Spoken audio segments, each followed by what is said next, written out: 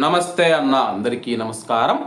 Kuwait దేశానికి తొలి విమానం చేరుకుందని చెప్పేసి వాణిజ్య పరిశ్రమల మంత్రిత్వ శాఖ ప్రకటించింది. ప్రస్తుతం మనం చూసుకుంటే కానీ కువైట్లోని పరిస్థితుల నేపథ్యంలో ఆహార నిల్వలు తక్కువగా ఉన్నాయని చెప్పేసి సోషల్ మీడియాలో ప్రచారం జరుగుతూ ఉంటే 6 నెలల నుంచి సంవత్సరానికి సరిపడా ఆహార నిల్వలు ఉన్నాయని చెప్పేసి వాణిజ్య పరిశ్రమల శాఖ ప్రకటించిన విషయం అందరికీ తెలిసిందే.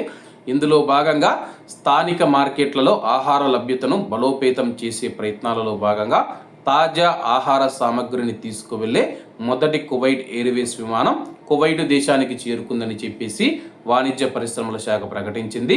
స్థానిక మీడియాకు అందించిన సమాచారం మేరకు ఈ విమానం తాజా మాంసం, పండ్లు, కూరగాయలు మరియు అనేక ఇతర ఆహార పదార్థాలు కువైట్ దేశానికి రవాణా చేసిందని చెప్పి మంత్రిత్వ శాఖ తెలిపింది. ఆహార రవాణాను వేగవంతం చేయడానికి మరియు స్థానిక మార్కెట్లకు సరఫరాను పెంచడానికి సంబంధిత అధికారుల సమన్వయంతో మరియు ప్రైవేటు రంగ సహకారంతో ఈ చొరవను అమలు చేసినట్లు మంత్రిత్వ శాఖ వివరించింది.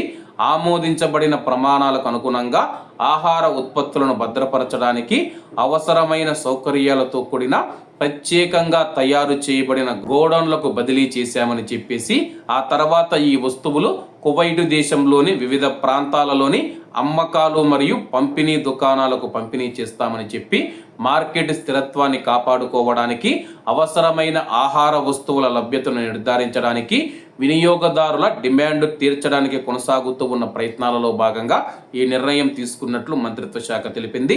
స్థానిక మార్కెట్లకు ఈ సరుకులను వేగంగా డెలివరీ చేయడానికి ప్రైవేటు రంగ సహకారంతో ఎయిర్ కార్గో కార్యకలాపాలు ప్రభుత్వం అవసరమైన మద్దతును అందిస్తుందని చెప్పి కూడా తెలిపింది. ప్రస్తుతం మనం చూసుకుంటే కానీ విదేశాల నుంచి పండ్లు, కూరగాయలు, బియ్యం అలాగే మాంసం కూడా వస్తూ ఉన్నాయన్నమాట. అలాగే భారతదేశం నుంచి కూడా 2 విమానాలు కువైట్ దేశానికి చేరుకున్న విషయం అందరికీ తెలిసిందే. లూలు గ్రూప్ వాళ్ళు మనం చూసుకుంటే కానీ తాజా పండ్లు, కూరగాయలు అలాగే మాంసం అనేక ఇతర వస్తువులను అయితే కువైట్కు తీసుకురావడం జరిగింది. కాబట్టి అందరూ బాగుండాలి, అందులో మనం ఉండాలి. అందరికీ నమస్తే అన్న, జై హింద్.